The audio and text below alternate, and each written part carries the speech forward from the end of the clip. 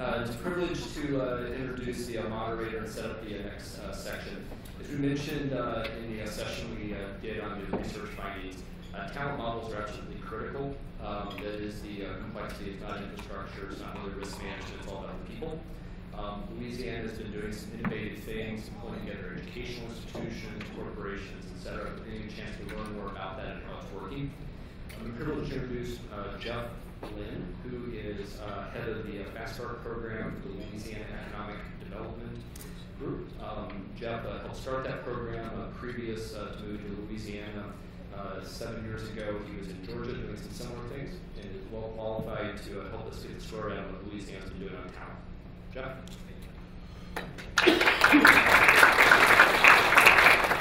Thank you. Welcome to Louisiana for all of you that are traveling from out of town. I'm going to briefly introduce the panelists in a few minutes and then ask them a few questions, and then maybe if we have enough time, then maybe some ad-libs as well. So as you know, Louisiana is growing a lot of different industry sectors, but our fastest growing industry sector is IT and digital media. And so we're focused on all different types of companies. We've got some 4,000 to 5,000 open jobs right now in IT. So hence we need a lot of investment and collaboration between industry and higher ed. So currently we're embarking on about $54 million of grants to our higher ed, but they have specific CEAs, if you will, with each school and company that they meet certain obligations. And we can talk about those obligations later if you want to. We're going to focus on some other things first. First of all, I want to introduce Chris Alford. Chris Alford is the General Manager, IBM North America for the Service Centers. Chris, thank you for this.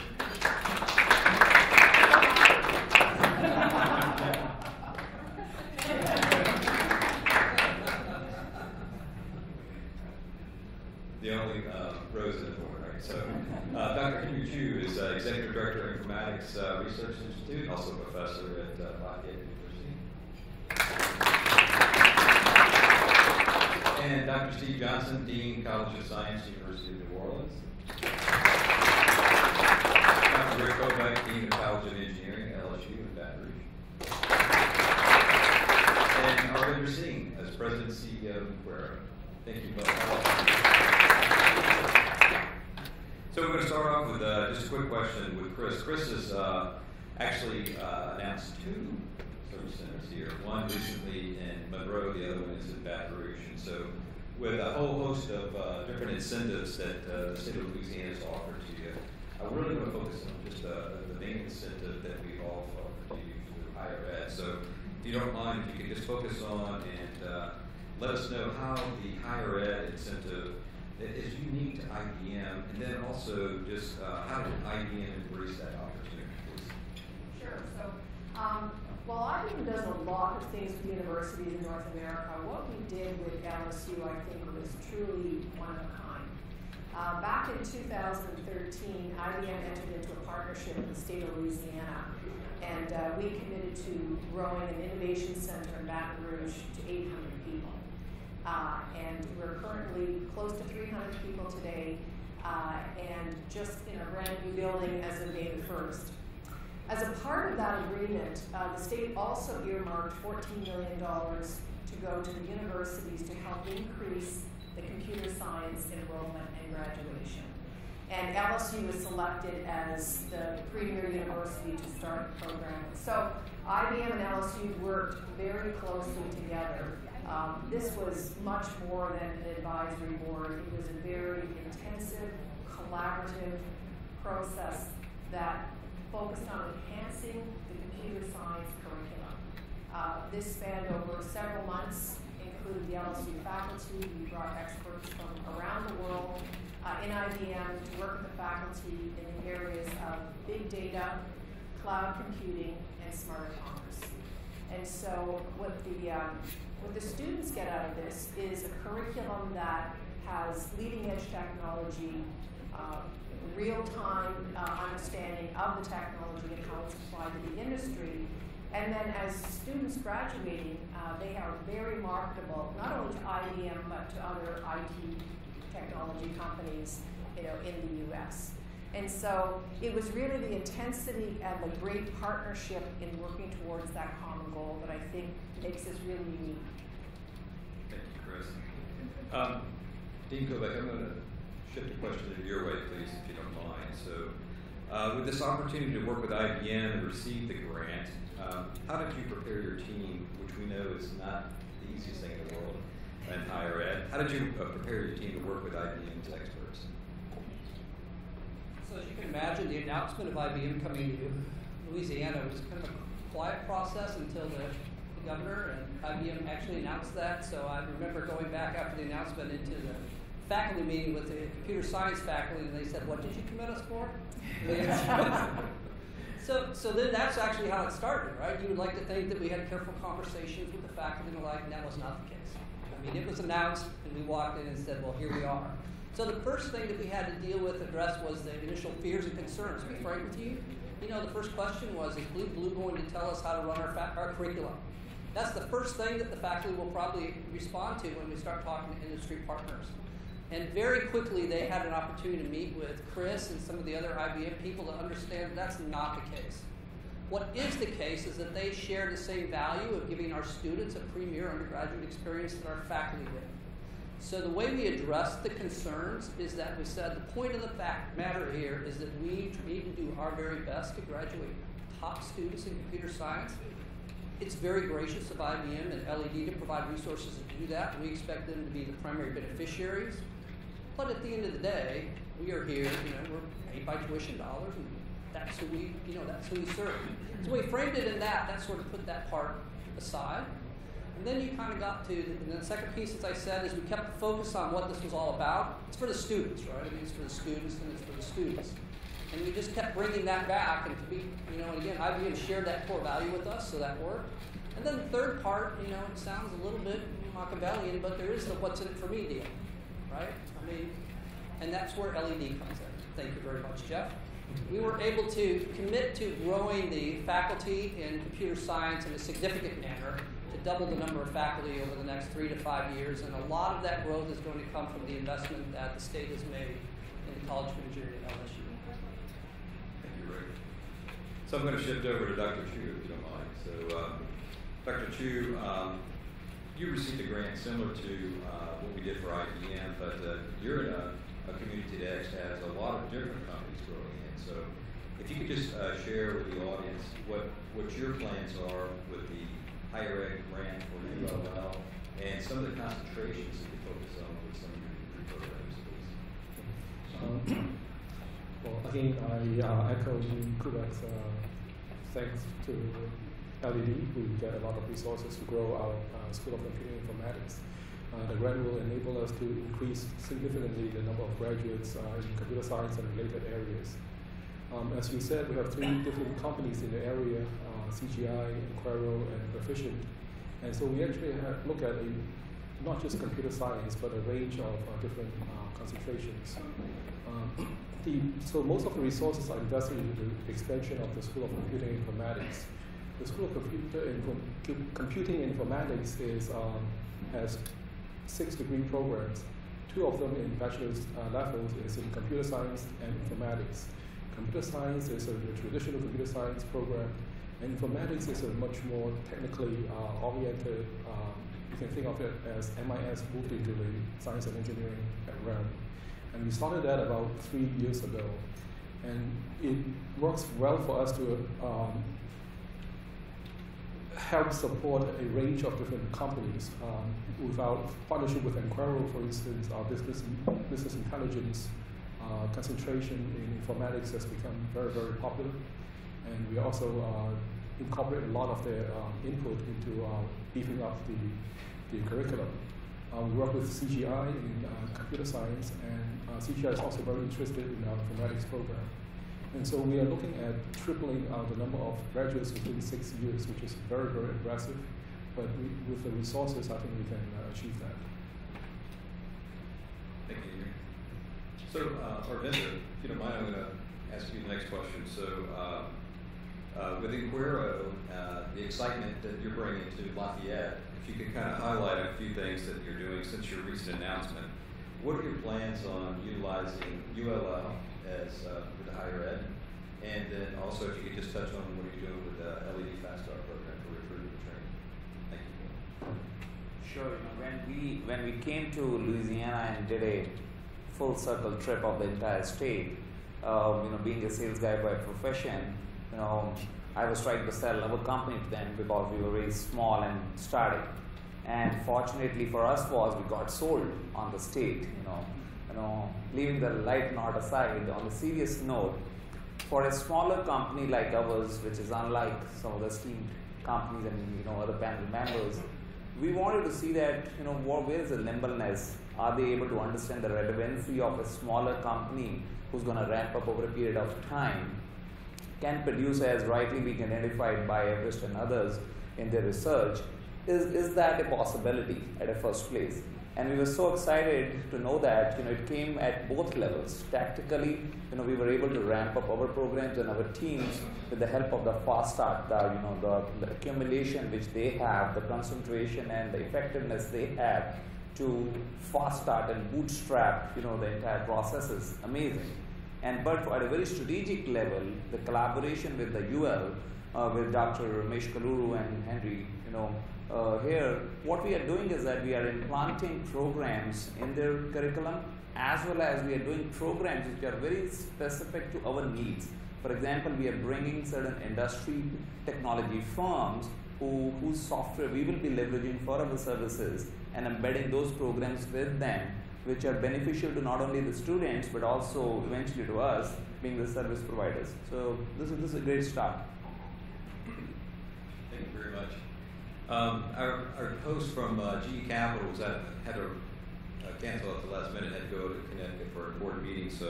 But we have the university partner here with UNO's Dr. Steve Johnson. And if you go back, if you look at GE Capital, is one of our first companies in the state like this, and we kind of got it going here in New Orleans with and Steve was in an interim role at the time, so now he's with many other things. So Steve, if you don't mind, if you can maybe just kind of talk about, what is the very innovative apprenticeship program that you've started with GE Capital, and maybe before that, if you can talk about what were some of the first things that you did when you first met GE Capital and got that type of program? Yeah, one of the first things we did, and this mirrors much of what Rick said, is that what we're really trying to develop here with GE Capital is an interactive and open discussion about what are the needs of industry, especially in IT. With GE Capital, it's primarily focused on software design and development. And one of the key things we did was a complete redesign of our curriculum from our introductory core courses in software design to implement new labs based on the University of Washington model. We then moved to data structures as the second course. And basically what GE Capital wants, and what seems to be performance software in New Orleans, what many of the other software companies want, is the ability of students to be proficient, adaptive, and be able to work in a team environment. So what we've done is to basically, through working with GE Capital and the faculty, and again, I think we had many of the same levels of skepticism among the faculty, and I can say academics in general aren't very agile and open to change. But I think we're making some changes. But we did it. And so we basically had a group that basically redesigned the curriculum with input from GE Capital to basically focus on basically agile methodologies and also these team-based approaches. And again, what happened was through the support of LED, we've been able to hire people who, not that research faculty aren't the best teachers in the world, but maybe their focus isn't always on that, to basically hire a professor to practice who's really focused on these core courses. Innovative was basically the focus of a Forbes magazine article in terms of the innovation she was bringing to the classroom. And so we've really been focusing on that aspect of the redesign of the curriculum to really, at both the core courses and then the junior and senior level courses, to be much more team-based and project-based. And that's what GE Capital wants. Should I go on about the? Yeah. Okay. Yeah, if you don't mind, just kind of talk about the collaborative thing, where it is today. Yeah, so one of the first things we did with Mike DeBoer, who's the CIO of the GE Capital Technology Center, who's in Connecticut right now, was to develop a software engineering apprenticeship program. And it's based on a European model of an apprenticeship. And I can tell you that the investment that GE Capital has made in this program, not only monetarily, but in the investment of their people, has been remarkable. So what it is, it's basically a 4-year apprenticeship program. Students at UNO are selected while they're students to work for 2 years. They often work at a considerable wage for 15 to 20 hours a week during the year, and then full-time during the summer. They work in teams down at the GE Capital Center. They work often on software design, implementation, security, and then mobile application development. They work across, they're paired with a senior software engineer at GE Capital in this work environment. And I can tell you, the students have come back and said, why isn't our curriculum more like this, where we work in teams? And so it's kind of fed back on this whole thing where we're really trying to be more engaged, and we're getting feedback from them. They then spend 2 years basically in this program. They are also doing sort of technical work. GE Capital has completely developed an online sort of certification program and different methodologies and programs. They then, once they finish the 2 years and they graduate from UNO, then they spend 2 years as full-time GE Capital employees and then become, and I'm happy to announce we have 28 students that are now in the program. 16 have graduated, and all 16 are now employed by GE Capital, so 100% conversion rate. The students absolutely love it. So that's great. Yeah. Thank you very much. Chris, I know you're extremely busy covering North America from Halifax to Michigan to now 2 locations in Louisiana. But I think it's some inflection points occurred when you and LSU were working with your experts around the globe came in. What have you learned from there, and how can you share that with other schools across as you continue to expand in Louisiana? So what we've done is we've been able to take all the lessons learned that we had with LSU, and we in Baton Rouge are now working with Southern and Southeastern in different technology areas and looking at making this repeatable to the rest of the universities. Now with the announcement in Monroe, it was a partnership, again, with IBM, the state, and CenturyLink as our anchor client. We have a very similar setup with 3 of the universities there, ULM, Grambling, and LA Tech. And so we'll work with the faculties. We assigned one individual who's a PhD in learning and knowledge from IBM to work with the universities to help identify the programs. And so from there, we would like to continue to look at scaling it so we can make it available to any university who's interested in the content. And that's our ultimate goal, is that make it very pervasive and accessible, and everybody wins. If they have this content, the students win. And so that's our ultimate goal. So conversely with that, Dr. Koubek, so looking at what was learned there, the programs there, and focused on the announcement, 2 things, if you don't mind, just maybe some of the grant, how were you able to use that to do for recruitment of these students, and then what did it do to your enrollment numbers once the IBM announcement came and the partnership was publicly announced? So, with regard to the grant, so first of all, I'll respond. So we did get some support from LED, but be there no mistake, we have numbers we have to hit. There's accountability. So I'm going to talk to you about how we put a plan in place to hit those numbers, and then I'm going to tell you where we're at on getting to that. The first point was we started to look at our curriculum. We knew we had to at least double and likely triple the number of students that we had, and so we had to do a bit of a reboot.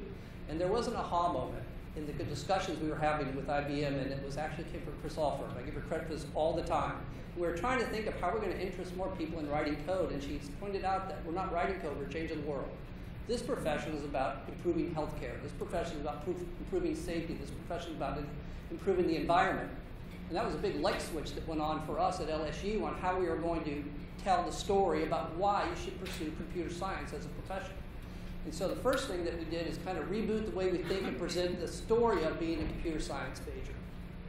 That was part number 1. Then part number 2 was to provide that not just in the state of Louisiana, but nationally, that here's what we're doing at LSU. It's certainly the case that we're going to have minors, we're going to have focus areas in smarter commerce and big data and cloud computing.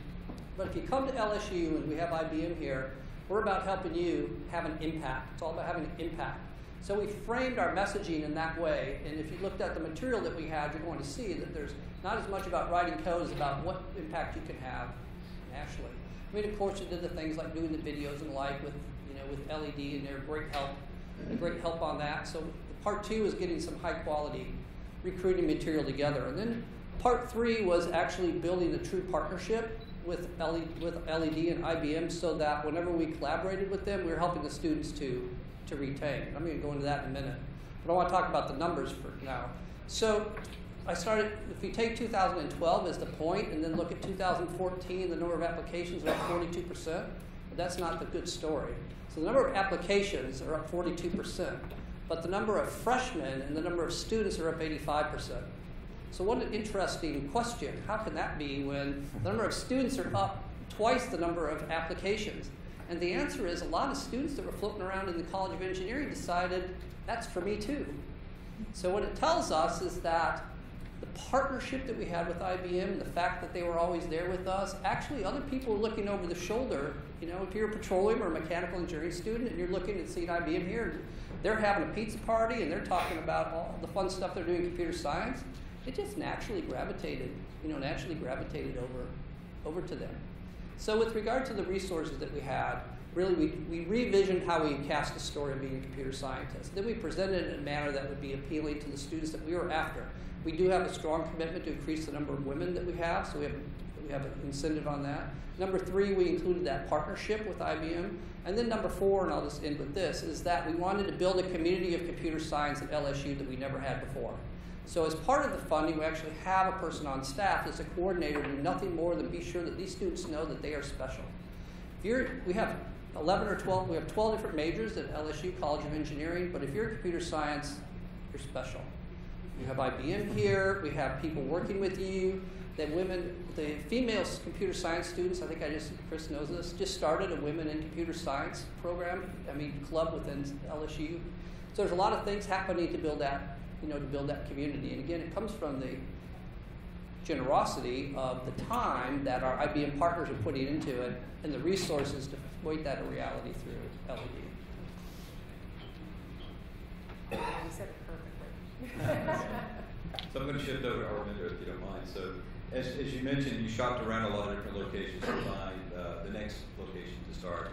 And so you selected Lafayette. Lafayette's a wonderful town, great college town. Tell us some of the reasons why you located there and why ULL helped you attract and locate to that location. So as I said earlier, we started from New Orleans to Baton Rouge and then to Lafayette, and this was early 2014, if I recall. The 3 things, from the industry of IT, services we know for sure we wanted was, in a certain way we call is the cost, the culture, and the competitiveness, the ecosystem, which comes into the play. And we were very excited to know that, when we went there, the culture was by far what we were looking for, for a company of our size, for the talent, what we were looking. The combination of the University of Louisiana and the LIDA and the LED all came together and embraced us with all open hands, and that was exciting for us. But the second part of the culture was that when we're going to bring the talent together from the university, which is going to get blended with experienced laterals coming from other parts of the country, how culturally they will be embraced by the society.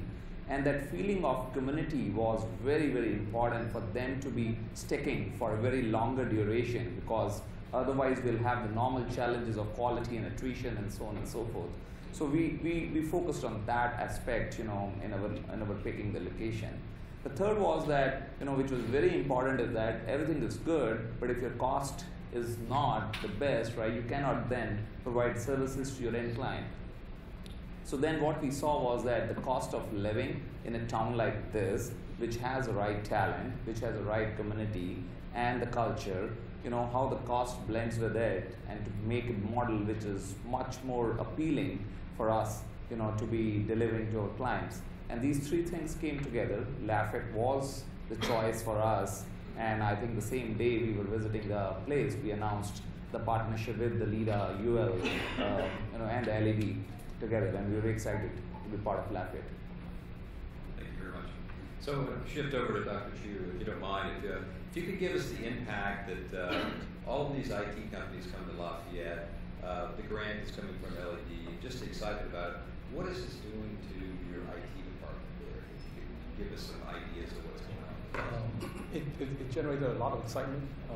I should also point out before I start answering that Lafayette is the happiest city in America. As last year, we do have a natural advantage of attracting companies. And that's one reason why our faculty apparently are less grumpy than other universities. They fully embrace the number of companies that are joining us. So the School of Computer Informatics has 6 degree programs, as I mentioned. 2 of them one is in computer science, one is in informatics. And with the new companies coming in, a lot of students are a lot more interested in us. Our enrollment is up. We have a 6-year triple the number of graduates, which is very ambitious, but we also have a sort of a secret because at the time, informatics was ramping up anyway. It's a new program for us, and so we were ramping up. So naturally, it was going to grow. But when we started, we don't have a lot of industrial base to support us, but now that we have the industrial base to support us, we make our curriculum a lot more attractive. And we aligned a lot of our curriculum, and the companies have given us input, and so we can sell now to the students coming in that our curriculums are industrial relevant, and they have internship opportunities. And I think the last batch of informatics graduates, they've all been snapped up by Enquero, and so that's and this is a degree program that is only in its 4th year. And so I can see that informatics is going to grow and can support this system integration industry. There's really no limit to how much we can do. And the LED grant, we're putting all of the resources into faculty, growing the faculty. And this is not replacing the university's commitment, because even before the grant come in, this year we've hired 4 faculty members. So. If you don't mind, Dr. Chu, if you can just elaborate, there's a 2-year community technical college in Lafayette. Can you talk about a little bit about that relationship as well, please? Yes. Building the pipeline with the South Louisiana Community College is important for us. And so we actually co-funding one of the instructors. And so as a joint appointment, so we actually have someone who is going to be knowledgeable about both institutions, who's going to be knowledgeable about both departments, and there's a natural path and some recognition for the students. So the students know that an instructor is also on the faculty and you're Lafayette, and so there's a good pipeline for them. We also as mentioned, we look at different options. It's not just computer science for us. We have computer science, informatics, and based on discussions with the 3 companies last November, we're actually looking at possibly a third option, which is a much more liberal arts-based but informatics-themed degree program. And it would be very strong on professional communication. I may not be good at it, but then that doesn't stop me from saying that students should be strong in it. So they will be strong in the technical aspect, but they will also be strong in professional communication. And we think that this will be something that is very useful, and it would also be very attractive to students who, when they graduate from high school, may not think that they want to be computer science majors. And so they will go to the community college and pick up enough technical stuff and come in and go through. And so when they come in, they actually have 3 tracks they can choose: straight computer science, informatics, which is more solution-oriented career, or the third path. And we're looking at developing the third path. Thank you. Dr. Johnson, you talked about the apprenticeship program that you formed with GE Capital, but there's also some buzz about this opportunity at the school. Can you share some of the excitement in the IT department there? I know you're going through a lot of changes to the school and everything, so change is good, and how is that reflected on the students of your school? Yeah, I mean, I also want to emphasize something that's really critical in the overall mission of the LED investment in GE Capital, and Mike DeBoer at GE Capital has been a great player. He wants to transform the IT ecosystem in the New Orleans area. And one of the key things that we're also doing is developing much tighter relationships with K through 12.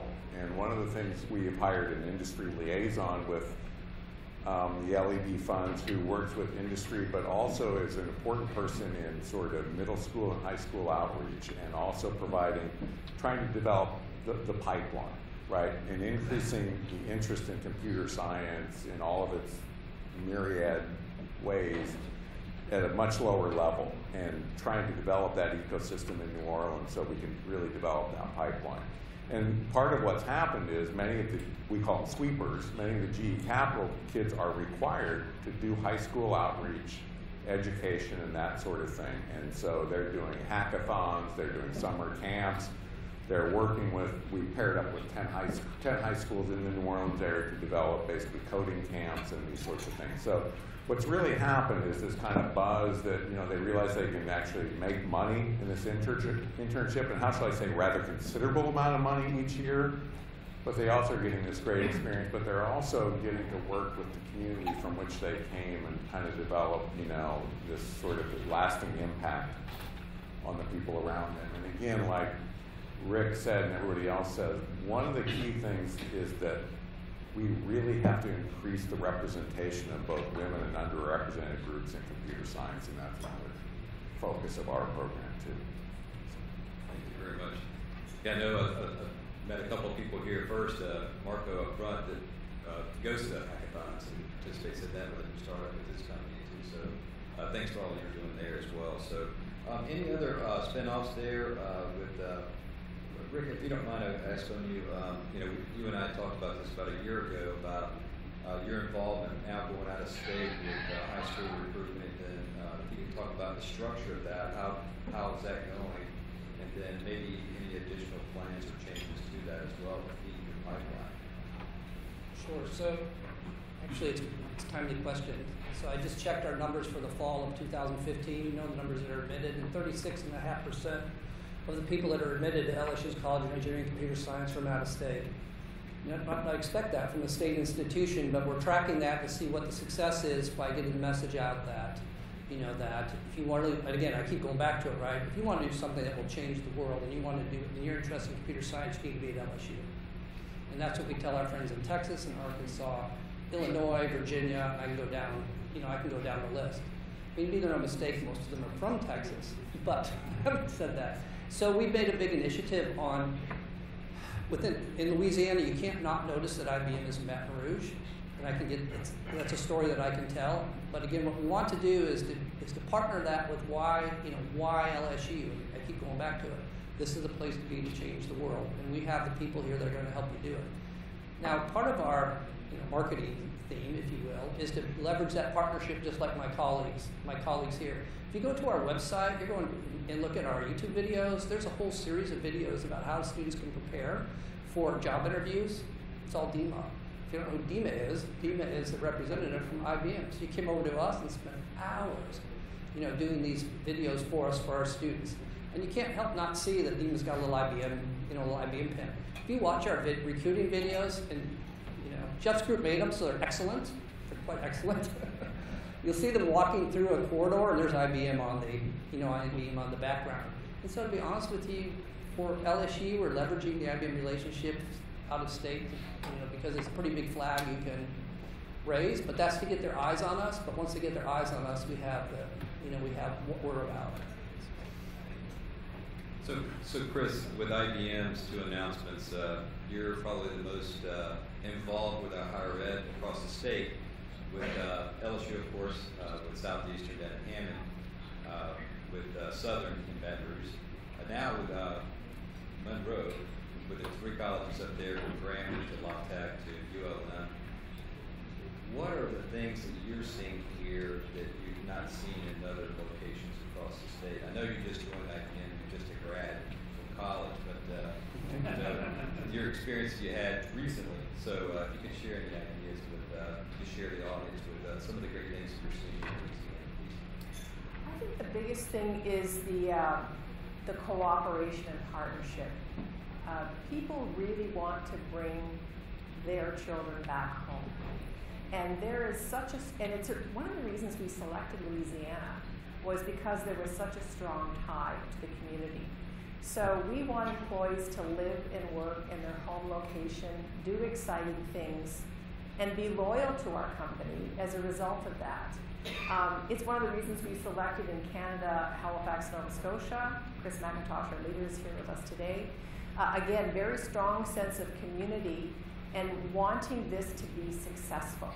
When we announced IBM, I had people stopping me in the street, you know, from chefs to police officers, thanking IBM for coming here. And that attitude makes a huge difference for a company to come in here and help us be successful in recruiting. So I really have to say, Jeff, that it's the attitude. Of course, the talent, we came here because we have access to great talent. Eric talked about it in terms of, it's all about the talent, let's not be confused, as well as the incentives. But it's the attitude. People really want us to be here and be successful.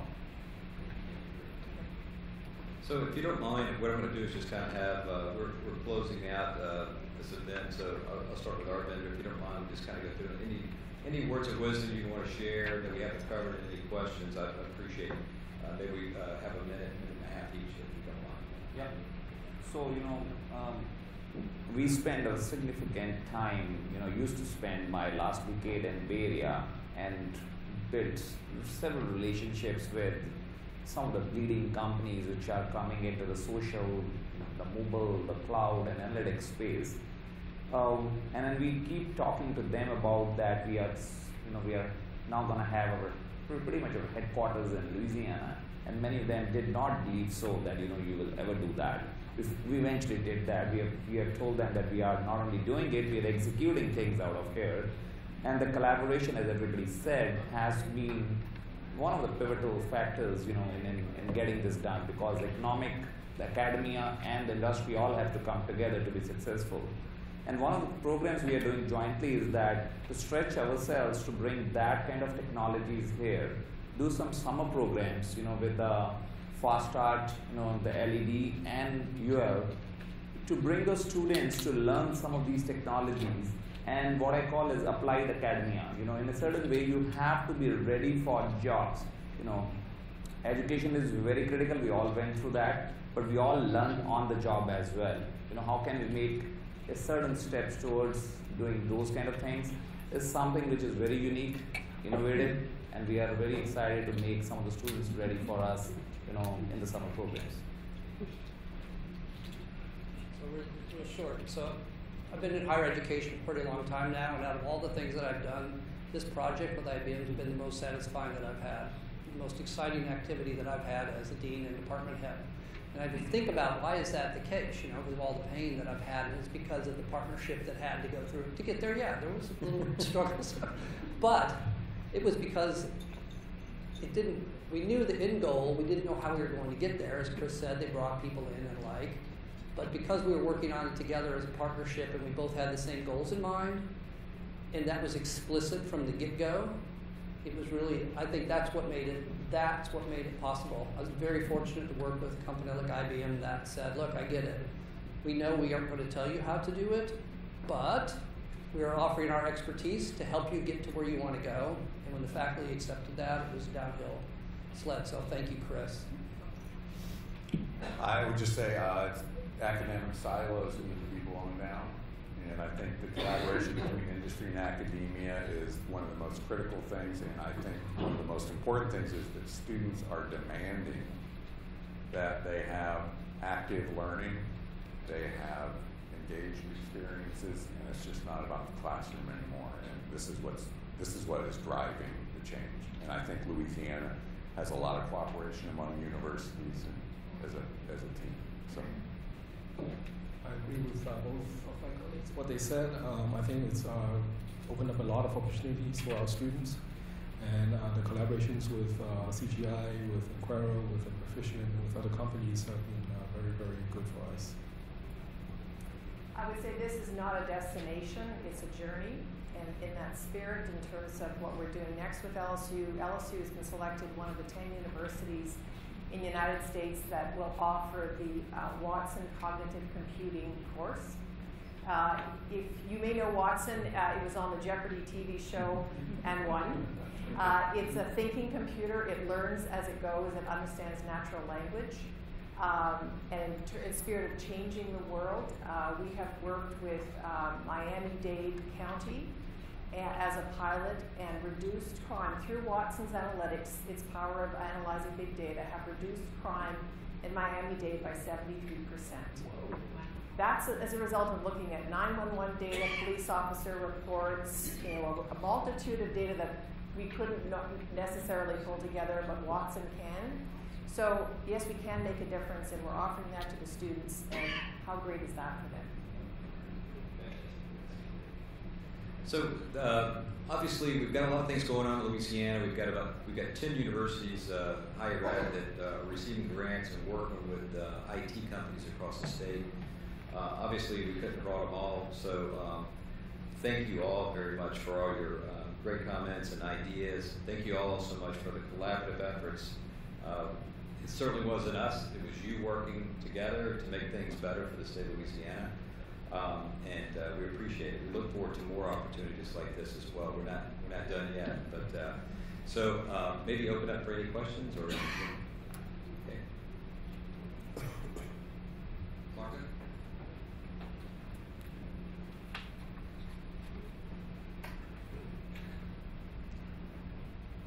Thank you for a great panel. I'm Mark Altamirano. I'm co-founder of a company called Grad Square. We're trying to better connect university graduates to employers. So I have an obvious interest in this panel. Our motto is that we're trying to reconfigure the talent pipeline by bridging the gap between universities and industry. And that seems like what everybody has a stake in this panel. Universities want to place their graduates, and industry wants to effectively train people. And it's great to hear that there is this common goal in that sense. But I wanted to ask a little uncomfortable question. What were the pain points in this relationship to bridge this gap? If you could say something about that. So you're talking the collaboration between? Yeah. So you mentioned something about the faculty wanting. Yeah, absolutely. So the pain point that I experienced as the dean was the skepticism of, the faculty's incentive system. Think about it. They're going to teach the class, and that doesn't change what they get paid. The impact is basically on their research, right? So part of it is the incentive system.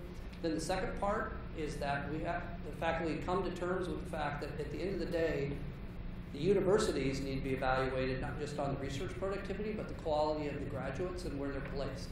And I think you see that in Louisiana, perhaps in a very strong way, and so that kind of gets you through that. And then the next part, right, kind of the pain part is just the lingo, to be honest with you, the communication. So one of the things Chris did, for example, is she brought these world-renowned experts in from all different countries. And then the management, me and Chris and Tim, kind of sat back, and they had the lingo that was used.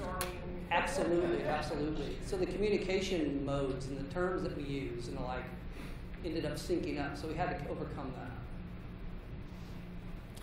I think one of the biggest issues right now, and I need to be careful what I say, is that as you see burgeoning enrollments, and it's occurring at all of our universities, how do you meet that demand?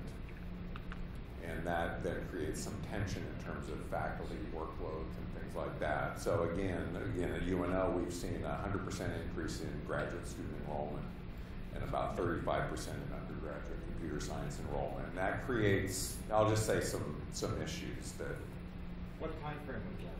That was in the enrollment increased 100% over since fall 2013. I think at UL, when the faculty has a full buy-in, the question is how fast can we make changes? So it's not just a matter of the faculty not wanting to make change. Even if they want to make changes, how fast can we change courses? How fast can we develop new courses? And so there is some growing pain, even with a lot of resources and even with all the goodwill. The fact that you still have to make changes, and once you make changes, so it's almost like you always have to be making adjustments, and so that is can be a problem. And we have time for one last question in the back, please. Sure. Dr. Johnson, I think you had mentioned lack of representation of minorities in computer science programs. Are there things you're doing that you've seen some successes there, or for any of the professors for that matter? I'd say we're in the early stages right now. So one of the things that I can tell you we're doing is we have an alumnus who's from Google, right? And so that's a big issue with Google. And so one of the things is we're doing a bunch of sort of paired scholarships and internships with her, and I'm going to be matching some of those things, and those are all tailored towards women undergraduates in computer science, and a lot of it involves both internships but also mentoring with female computer science people at Google, and also attending the Grace Hopper annual conference. So, but we're also doing a number of things. Of the 10 high schools that we're targeting in the New Orleans area, I would say 5 of them primarily are public schools with a high number of students from underrepresented groups. So that's how we're so I'd say the payoff is it's down the road. Well, thank you. I know there's probably other questions, and I think we have time with reception and stuff like that, so please engage this group. Thank you very much.